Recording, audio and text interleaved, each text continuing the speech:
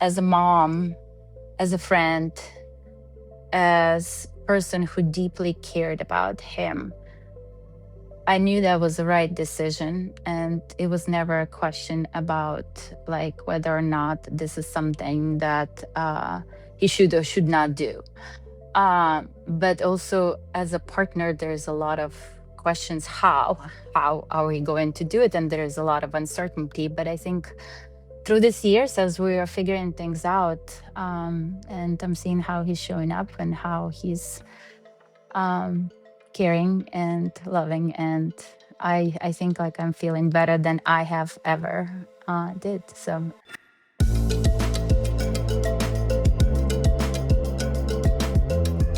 Welcome to today's episode of The Unplanned Parent, where I, Dr. Angel, pediatrician and integrative health specialist, bicker with my youth hostel hopping, unsolicited opinion giving, emotionally available, pending calendar availability, intramural ping pong champion brother, Raman, about his life, namely the new life that is about to enter his world as he plans to platonically co-parent with a longtime friend, Ashley. Well, hey everyone. Today's super exciting because we're meeting a very important member of Raman's life, his non-platonic girlfriend. So, just for some background, Raman and Ashley are two friends that are having a baby through IVF and plan to co-parent the baby. Along this journey, however, is also Masha. And we haven't spoken about Masha so far, from my perspective, mainly to protect her privacy. But Masha is a really important part of Raman's journey because she is his non platonic girlfriend. We definitely mentioned that I have a girlfriend, but maybe not in specific by name. So, yeah, you may have mentioned Masha, but I very intentionally never mention Masha in any of my writing or when we're talking because I didn't have her permission to talk about her, and I didn't want her to be out there publicly unless she wanted to be. But now, very graciously, Masha and I spoke about it, and she's agreed to be on the show. So, Raman, you want to tell us a little bit more about Masha? Oh yeah, I'd love to. Well, Masha is my wonderful, loving, caring girlfriend, and I love her deeply, and she's just great. She's smart. She's beautiful. For anyone who's watching on YouTube, you better check her out. She's strong. wow. She's strong, she's adventurous, she's cultured. She's probably way more patient than I give her credit for or that I deserve. Right back at you, She's Ramen. adventurous enough to aw, thanks. She's adventurous enough to hit the slopes with me in questionable terrain, yet she is still incredibly grounded, which is, I think, a really good counterbalance to my sometimes potentially kind of not chaotic life, but definitely not the traditional 45-year-olding life that most people would leave. She's a economics professor. She reads constantly. She loves to travel. And she keeps up with my unconventional life plans. And, and most importantly, I think she would say at least, is that she's an amazing parent to two really smart children, which I admire a lot. And she just brings a lot of good perspective, warmth, calm into my life. And now through these series of unusual circumstances, she finds herself kind of intertwined with an unusual situation. And I think she's been very gracious throughout it and has stood by me. And I love her even more for that. Yeah, wow, that's a great introduction. Okay, so I want to get like a little snapshot into your life, Masha, or maybe like give me a little bit of background. Like, how did you meet Raman? But even going back a little further, like who's Masha? Where'd you grow up, and how did you find yourself now in a relationship with someone who's having a baby with someone else?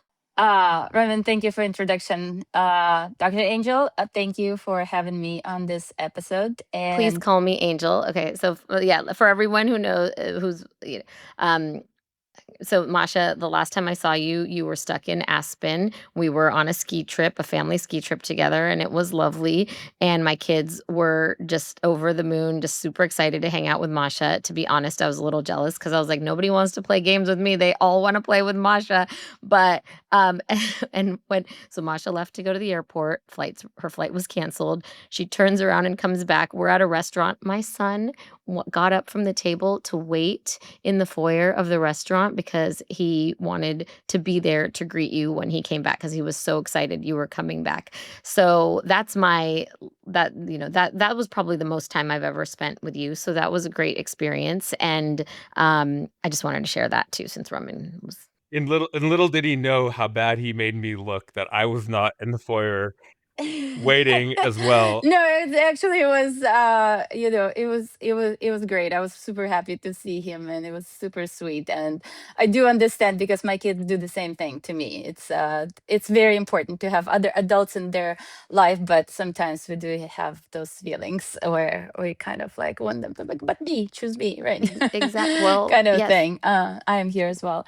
I'm Masha and Raman's girlfriend, and I came to United States long time ago when I was It wasn't 21. a long time ago. Actually spent.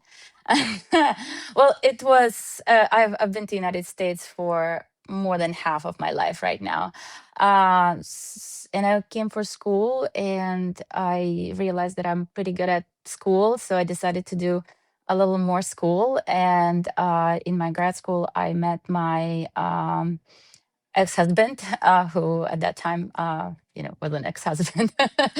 And after graduating, we moved to Oklahoma for work and married, two kids. Got married, two kids. Let's Yeah. just rewind just for a second. So you guys both met in grad school while you were Yes, we getting your did. PhD in Yes. economics. Okay. Yes. I That just that think is true. like your nerdiness is an important part of who you are. So let's just Yeah. yeah. Oh, Okay. thank you. Yeah.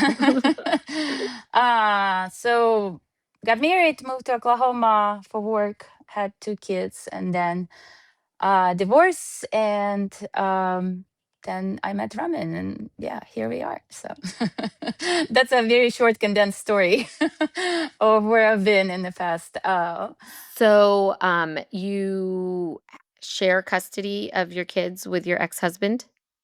Yes, we are exactly 50-50. So kids spend half of the time with me and half of the time with him. And it's like always like yes, but I'm 100% mom. And at the same time, when I uh, when I describe myself, I don't call myself a single mom because my kids do have a dad who's very involved in their life, and they're sharing us as probably much as we are sharing. I'm glad you don't say that because one of my best friends always calls himself a single dad, and I'm like, you have a the person you had the child with is there and does a lot of work and is not too far away and is in the same city. Like, what is this single dad angle you keep pushing? Like, we're not gonna have more sympathy for you. You're not a single dad. Yeah, there are probably situations where one of the parents feels like that for whatever reasons.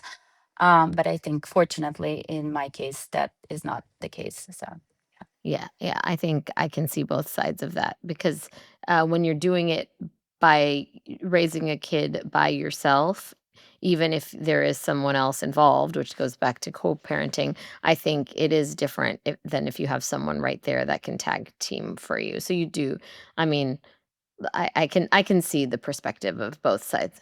Oh, because for that block of time, you kind of are a single. You are by Yeah. yourself. Okay. Yeah. So I yeah, I think it's just a different perspective. Like even like for example, when Tim is out of town, I'm single parenting it and I'm juggling all the calendars and the lunches and the, pack getting them out the door by myself, which is different than when you have someone to. Yeah, no, that's true. When you and Tim are both out of town, I'm single parenting all your Yeah. children. Single uncling. Yeah, you're single uncling. It's insane. Like between driving to like homecoming dance and the Halloween party and like embarrassing your kids in front of other kids, Very which I never important. thought was possible. Yeah. It's building their character. So, Masha, how did Raman tell you that he was planning to have a baby with Ashley? Well, can we backtrack a little and like you wanted to know how we met Yeah, and like kind of more about our relationship sure. and Yeah. Okay, sure. How did you meet? Do you want me to tell the story Yeah, or yeah. like, I well, want to I hear. guess Raman can chip in as Yeah, well. yeah. We met we met on the cruise, which and cruise was it? f- which was Michael Franti's cruise. It was, Before he was canceled, by the way. and he's back Just want on. By the way, yeah, he's having a show in Red Rocks. And Michael Franti is like, "Hey, I'll be that's gone him. today." Yeah, because I love you. I Uh-huh. love you. Apparently, he loved some people that didn't love him back. Oh. Okay. Yeah, this is it's quite controversial story of that. Well, I don't know if it's controversial because now, yeah. Yeah. Nevertheless, you guys met on a musical cruise. Yeah, and it was a very exciting. I think like it was a pretty like post divorce. That was like very exciting time for me to be there. Somehow everything worked out for me to be on that cruise, and I went with my two really good friends, a married couple, and I was kind of like their third wheel, but I always felt comfortable with third wheeling with them.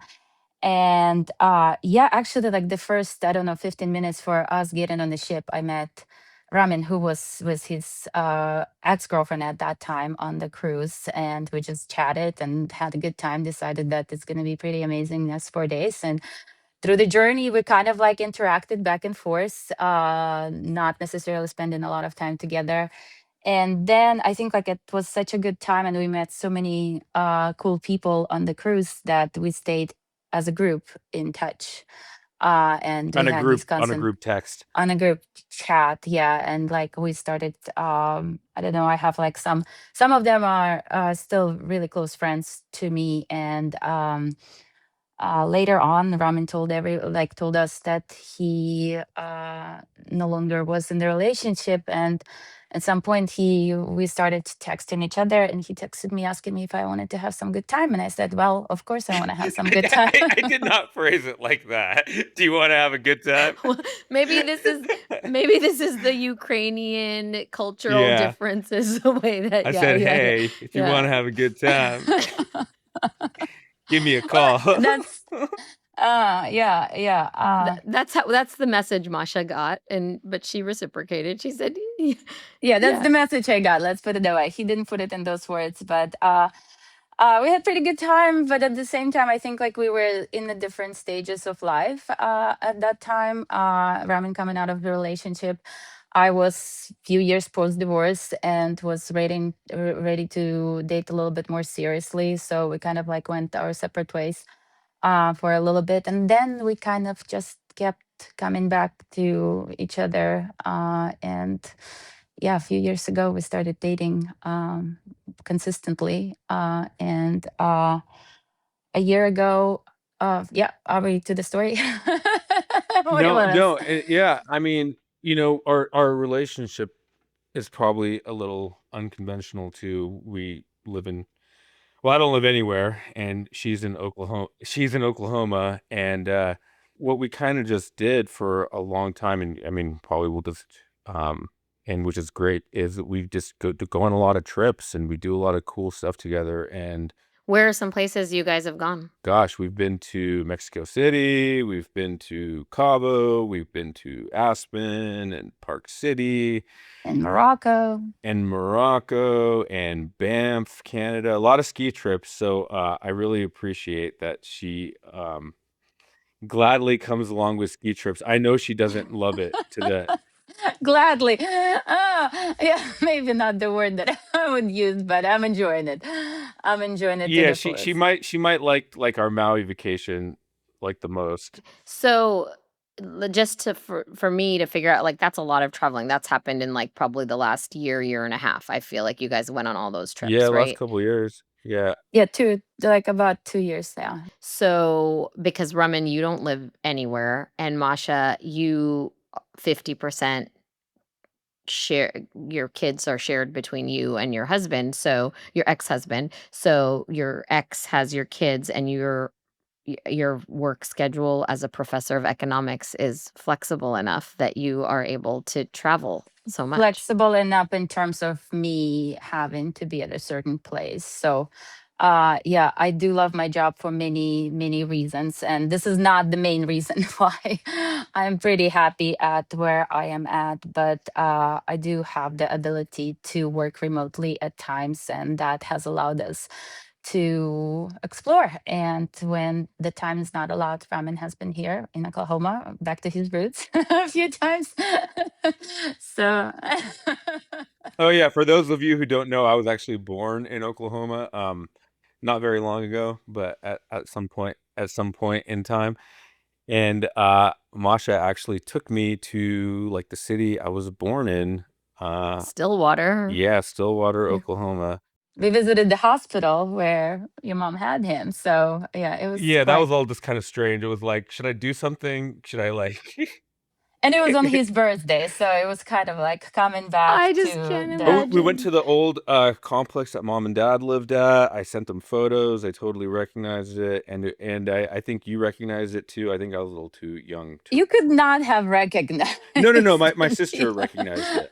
Yeah, yeah. No, I recognized it probably mostly from photos, but I definitely recognized there's a dumpster, and I walked from our little apartment because my dad was doing, postdoctoral work at the University of Oklahoma at Stillwater when I was about 3 or 4, and Raman That's was just Oklahoma born. State. Oh, that's Oklahoma State. Sorry. Thank you. See, I don't know. God, I feel like such a Californian right now. I, like, don't know anything about other states.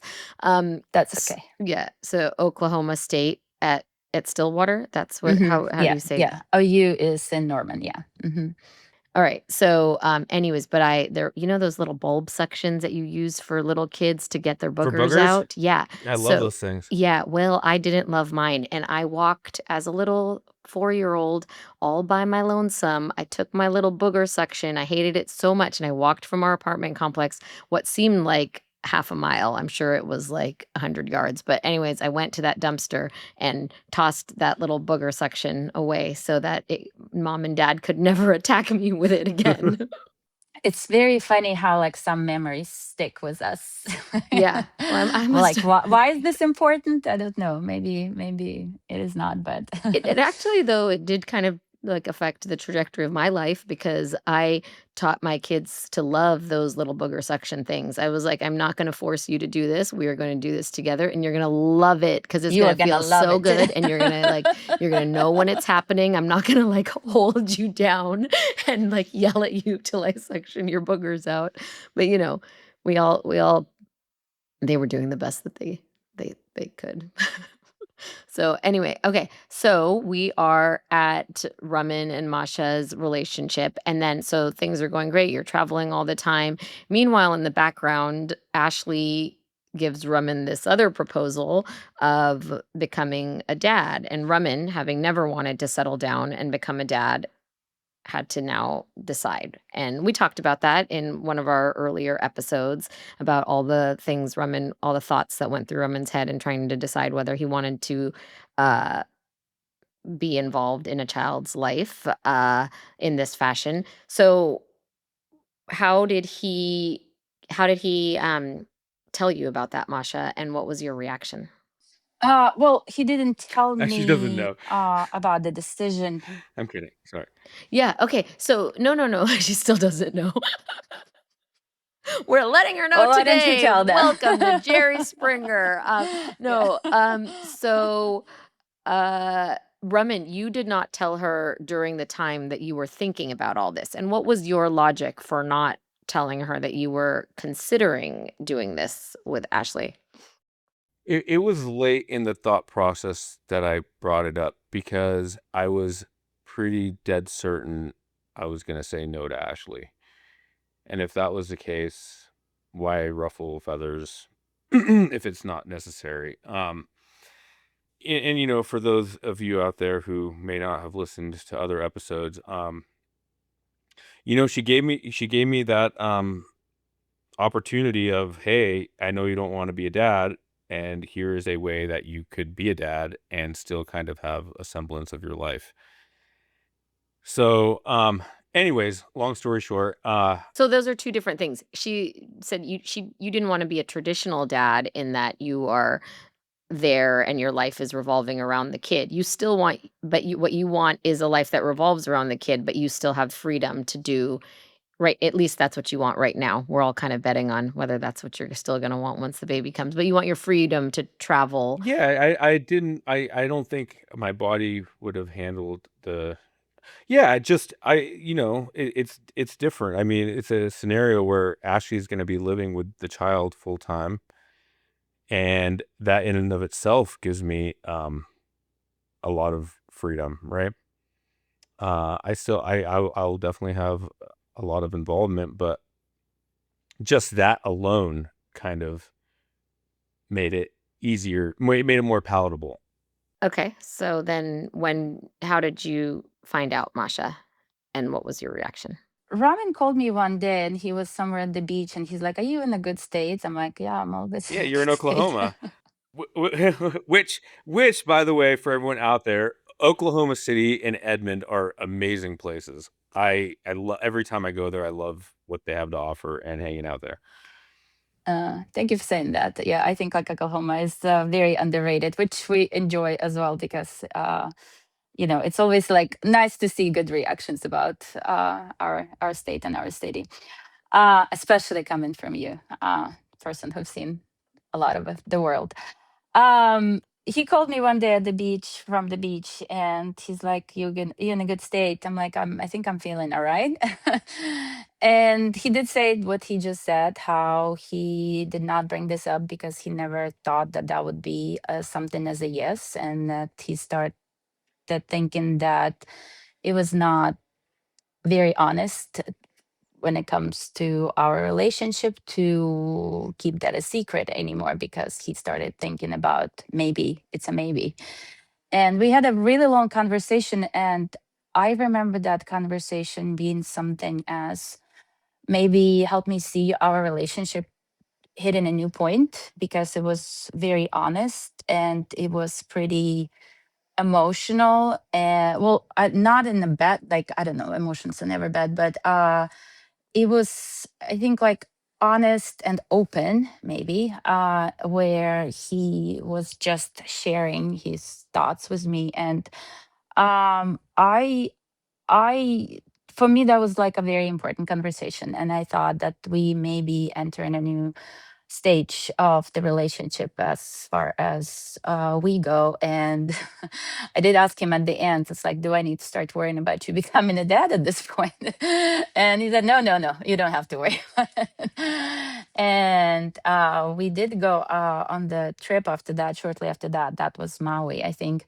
And we talked more about it from various perspectives. And yeah, shortly after Aspen, he called me and he said that he is leaning towards saying yes. He doesn't know how and what it's going to be. And I said, okay, you have time to decide. And well, there wasn't a whole lot of time. It was just another 5 days. And after which he said that he wants to have this opportunity to um, become a dad. And yeah, that was how that news entered my life, and how this um, I don't know, unconventional, unconventional turn became part of our lives as well. So Yeah, and now we're having, a baby party, kind of a non-traditional baby shower for Ashley and Raman coming up,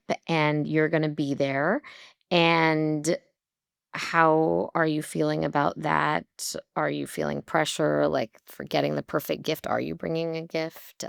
Oh no, I'm not feeling pressured at all in that sense. And I think like Raman and I talked about this as well. And I think like the way I see it is mm, I see it in from from a few perspective. I want to be there. I'm not pressured in any way to be there. If anything, I know I have a choice to be or not to be there. And uh, this is something that I choose to go to because I'm excited to be celebrating this baby, and I think as a part of Raman's life, like I'm actually pretty excited about this as well. I don't know how it all is going to be like, but at the same time, this will be part of my life, and I want to be among the people who celebrates this. So yeah, and it's also like another opportunity to see you and meet some of the other new friends and who I don't know yet, and of course meeting Ashley. So Yeah, that will be exciting, um, for us to all come together. Do you have gifts picked out? This will air after the baby shower, so you won't be giving any spoilers. And if you don't, no pressure. You could say, I do have some. They're far from perfect, but at the same time, it's something that I think back of how I don't know, my own maybe parenthood journey and what was important, what stayed, and what is forgotten. I mean, everything is important at that stage, and especially diapers at the same time. I don't know if diapers is something that is very. "Oh, you got a 50 pack of Pampers." No, I'm not, but we could get it when in a week if that's the direction you want to take. Um, yeah, I think like the gifts are not that important to me personally. I'm not the best gift giver. Oh, don't talk no, don't talk negatively about yourself, Masha. Uh, No, but I'm asking because Raman said that he heard what you're getting and they're, like, really thoughtful gifts, so I would actually like you to share that if you feel comfortable. I got a book, one for Ashley, one for Raman, and those books are the ones that were important for me with my kids, and especially as they're growing, those became the books that are more for me rather than my kids. We read them together, but one of the books is for Raman is about the what is it, not the bunny, but what's the male bunny, hare. Hair? Yeah, hare talking to his son about how much they measure how much they love each other. And I used to play this game with my daughter when she was growing up, and I think she still remembers, and I don't know if she remembers because I keep reminding her. But just yesterday I asked her, "Do you know how much I love you?" And she said, "Mom, I think it's like about to the Pluto and back, and then several times around." Because I think when we were reading this story with her, she like we would go, "I love you" to the moon and back, and then she thought about this and she's like, "Mom, I actually love you to the sun." And I'm like, "Okay, I like you, I love you to the Saturn." Or like, no, Saturn's closer. But we would keep this game. That I don't even actually know, this is something, did you know which one is closer to us, sun or Saturn? Because I don't know. Ramen? I think the sun is quite a bit further from everything. Really? I don't know. We'll have to chat. But I just don't know how far planets are from Earth, because I know we're number 4 from the sun, right? But I don't know the distance, whether or not we're actually. Third rock from the sun, another Yeah, cultural a reference. third. Yeah, I thought we the were fourth. no, Mercury, Venus, Earth. Yeah. Yeah, and the book for Ashley is very similar. It's also about how much I love you, and I love you to the moon and back. But it's more about mom and a baby. So I thought those would be maybe good presents for this. So yeah, I might have a few other things, but I don't know. We'll see. Yeah. No, I think that's lovely. So what do you feel like What are the silver linings that you so far have seen come from this? You mentioned that you kind of feel, like, closer because you got to have these more emotional, like, maybe you saw another side of Raman. So what are the silver linings, if there are any other ones that you're seeing from start being part of this journey with Raman, and what are you most like, what do you think might be challenges or that you think you're gonna struggle with the most, or do you feel like you're struggling with? I think Raman and I talked about this in terms of I told him one time that when my son was born, I said, my son, who's a second baby, second kid, I had this thought in my mind that when you split the love in half, you all of a sudden have twice as much. Angela, you have thrice as much. Yeah, yeah, yeah, yeah. And Ramin mentioned it one time to me during our conversation, and that put things in a good perspective for me because I know that I am not competing for love. I'm not competing for attention. Those two things are quite different, loving somebody as your partner versus loving your children. But time is something that is scarce.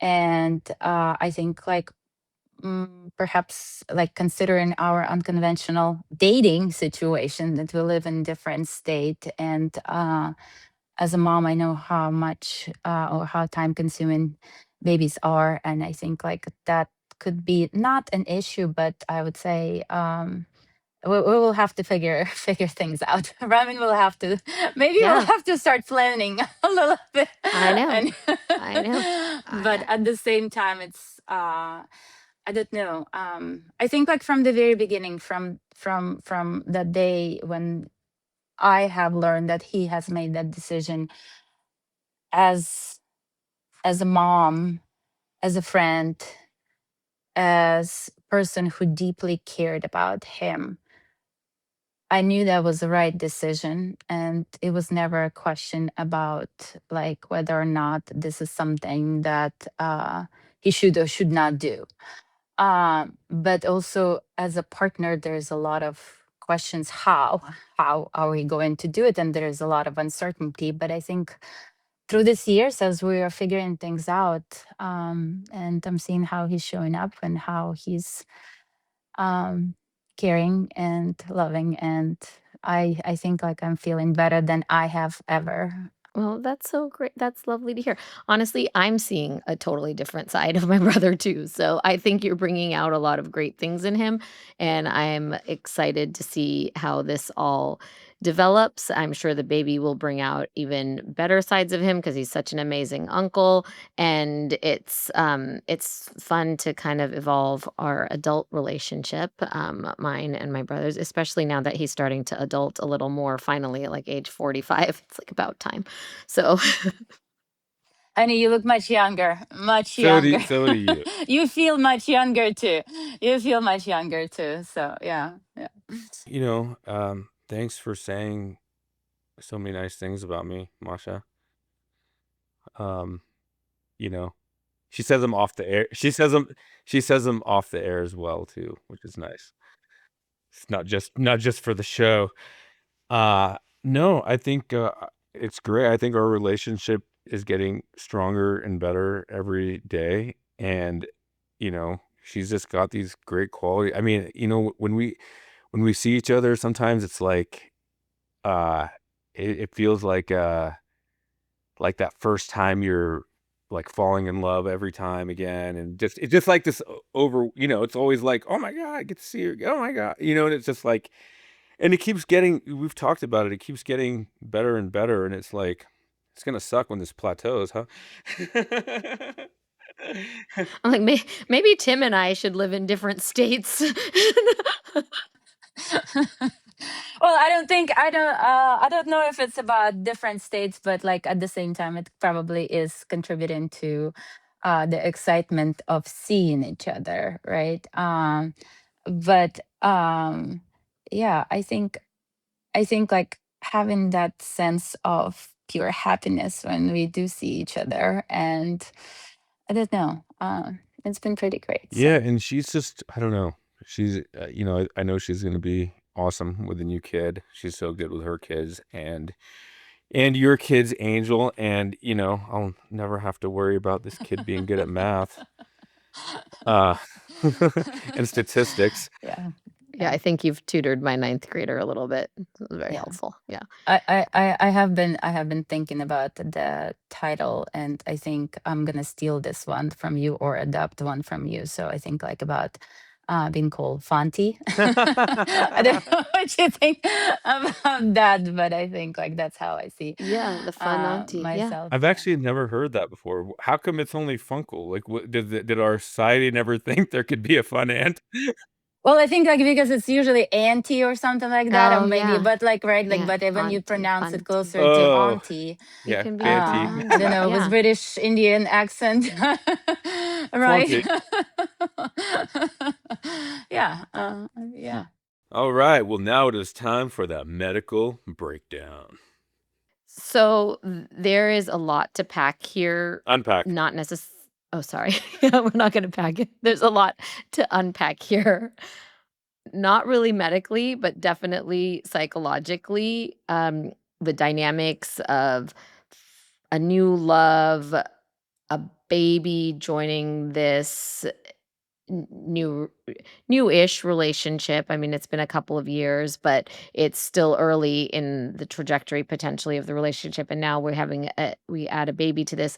There's a slew of complicated feelings here, and any major life change uh, can be a trigger for a major depressive episode or anxiety or just feelings of stress and being overwhelmed when a new baby comes into the world. It's not just the mom, for example, that is at risk for postpartum depression. Dads are also at risk. So in this situation, when there's a lot of newness happening, if people find themselves in a situation where something major happens, a move, a divorce, a loss of a loved one, a new baby in the world, it's time to just always take a minute, check in with yourself, and make sure you're doing okay, and the people that are around you that are affected by this are doing okay also. Any tips or tricks if this impending change is on the horizon? Yes. Well, so I if just you don't think know. about it. Yeah. Yeah, you just bottle it in. I just stick it real deep down and I hide it in a safe place and, just wait it out. Yeah, yeah, and yeah.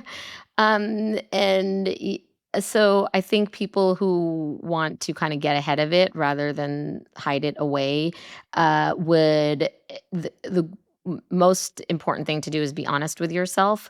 And if you know you're at risk because you've either had anxiety or depression or you have other mental health disorders or you've felt that way even though you weren't really officially diagnosed, you want to talk about that with your doctors, your loved ones, so that you can get the help you need from therapists or medications.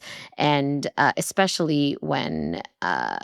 e- especially when you're taking care of other people. So if you're a parent and you are feeling overwhelmed, like not just because you had a rough day, but kind of all of the time, you probably need to get some help because there's probably a little bit more happening there and you don't want to take it out on the people you love. All right. Well, I think that would take us into our segment called Is This Normal? And yeah, the answer is yes, and we could just move on. It's totally normal to be having a baby with someone else while you're dating someone. No, that's not necessarily normal, but it's unique and cool and a modern world and I'm super excited about this journey and that's why we're here. But Masha mentioned that she shares custody of her 2 kids with their father, her ex-husband. So we wanted to know how common shared custody is in the US and I think it's interesting to know that US demographic research shows that prior to 1985, only 13% of divorced couples shared custody, but more recent data, like kind of like from 2014-ish, suggests that 35% of couples share custody. Divorced couples share custody.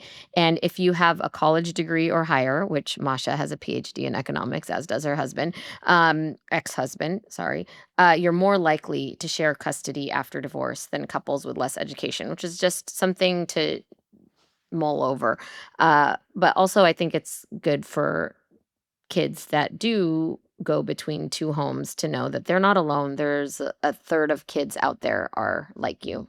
So you think that has to do with socioeconomic status? Like when you have two parents like Masha and her ex that have predictable jobs, predictable schedules, it's easy to for a judge or a court to be like, hey, you guys are both well to do. You guys, we know when you work and when you don't work. It's easy to split custody. Whereas, maybe some people have jobs where gig work, or you just don't know when you're going to get to work. And, the judge just says, I'm just throwing stuff out. I mean, the judge just says like, hey, we're giving the kid to the mom. Or does the kid usually just go to the mom in the other 65% of? I think there are a lot of things here, so I don't wanna, like, act like an expert in this, but in my experience, and maybe Masha can chime in if she's, seen how it worked for her. So there's a few different things. First of all, in many cases, both parents don't wanna be involved. So many of these are going to be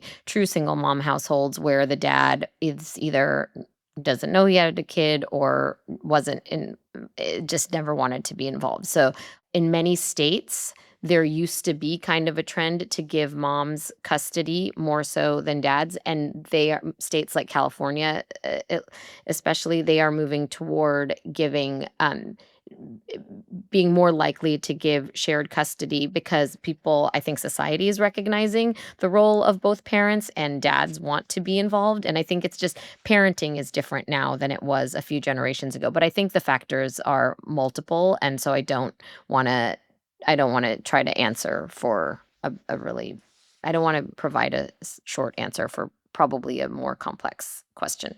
Yeah, I don't know about the actual numbers and statistics on the shared custody, but I know again from the cultural perspective, when I was going through my custody um, agreements or figuring this out, like it was quite a bit of a surprise for my friends who lived in Ukraine at that time that we will have shared custody. Because in Ukraine, it's traditionally mom gets the kids, right? There's not even a question of where the kids are going to be.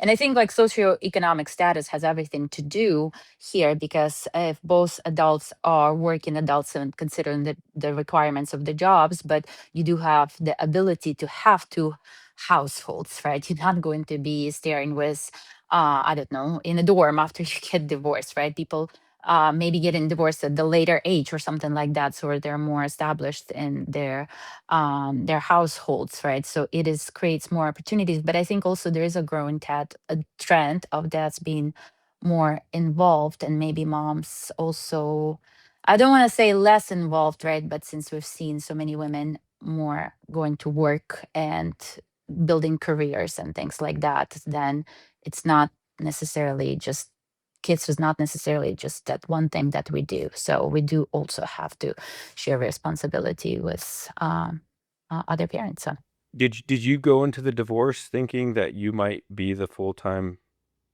custody parent, or was your? I did not think I was gonna be full-time custody parent, but at the same time, my initial thought was that I would have kids more than 50% of the time. And me and my ex, when we had this conversation, he said that I want 50%. And I knew it, I neither wanted to fight it nor had a reason, like that was probably the hardest, one of the hardest thing, because you were being with your kids and they were relatively small at that time.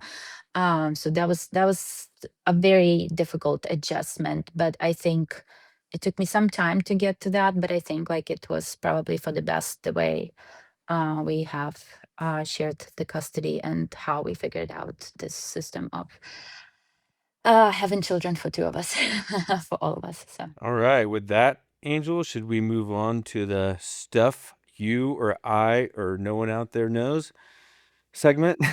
Let's do it. Yeah, so I thought that just looking at the research, US research on divorces was kind of interesting.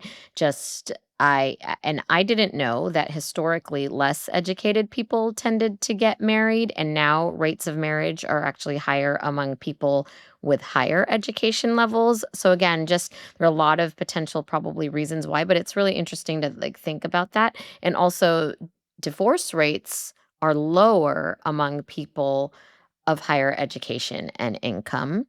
Perhaps because there are more barriers to divorce was what some of the researchers suggested. Like, if you own a home together, maybe you're less likely to get divorced because it's just more of a pain. Uh, but and I thought that was interesting because I think of people with high income, like I'm thinking of like celebrities, and they're getting divorced all the time. But I think if you look at the data overall The of research wasn't specific to celebrities. no, yeah, but if you're looking at real people but that are getting divorced, people like a higher income is actually protective when it comes to that, which kind of makes sense since I think data from like the 70s showed that the number one thing that couples argue about is finances. So I guess if you have to argue less about that, you're arguing less. Yeah, my guess would be that all kind of relates back to finances again, back in the 70s and 80s and blue collar union jobs. Before that, yeah. You could be 22 and get married and have a kid and not be stressed maybe, right? And now people probably get married way later after their careers, after they're financially stable for women as well, of course. And maybe because they've now waited so far in life to get married, you have a better head on your shoulders and you are more you choose that partner at a different point in your life. And I don't know, just throwing that out there. Yeah, I think that's very interesting, too. But just kind of going further here, divorces are actually happening at higher ages also. So older people are getting divorced relative to prior generations. And I wonder about that too. And I kind of am hoping that it's because 50 is the new 40 and 70 is the new Yeah, it 55. And is. Yeah, it has to be. people feel like, why? I don't have to live unhappily for another 20 years. If it was 10, it's like, okay, I'm in it. Why not just stick it through, right? Or 15. But once you hit that 20-year mark, you're like, okay, I can't hang out with this person. Well, I mean, okay, sure. But also the financial stability that you were talking about. So I think, again, there's probably lots of reasons for this. And then it's different among different socioeconomic uh, strati. Is that the right word? Different. Anyways, I think the socio economic demographics are going to play a big part, obviously. And then, but it is interesting that uh, age is also part of it. I wonder too if a lot of couples stick around and tough it out, and they wait until their kids are gone from the house, and then they're like, "Okay, we're done pretending," and let's. Yeah, I've certainly heard that. I don't know if that's 100, but yeah, I don't have the data on it, but anecdotally in my practice, I did have a lot of parents that would wait, and I don't know that that's necessarily the best thing because I had families that were really struggling and kids were exposed to a lot of unhappiness. So, uh, when my opinion was asked, sometimes I would be very frank, and sometimes I think divorce is the better thing. So, it's always hard, but you have to do what's right for you and the kids. And Yeah, and how the kids react to things, I think, is a good segue for anyone who wants to hear the next episode, maybe. yep, sounds good. Nobody sits down and plans for a complicated love life on top of a co parenting agreement, on top of shared custody from a previous marriage. And yet, here we all are. If today reminded you that messy and meaningful can coexist, share this episode with someone who needs that reminder too. Rate and review the show if you haven't yet. It genuinely helps. And see you next time. Thank you.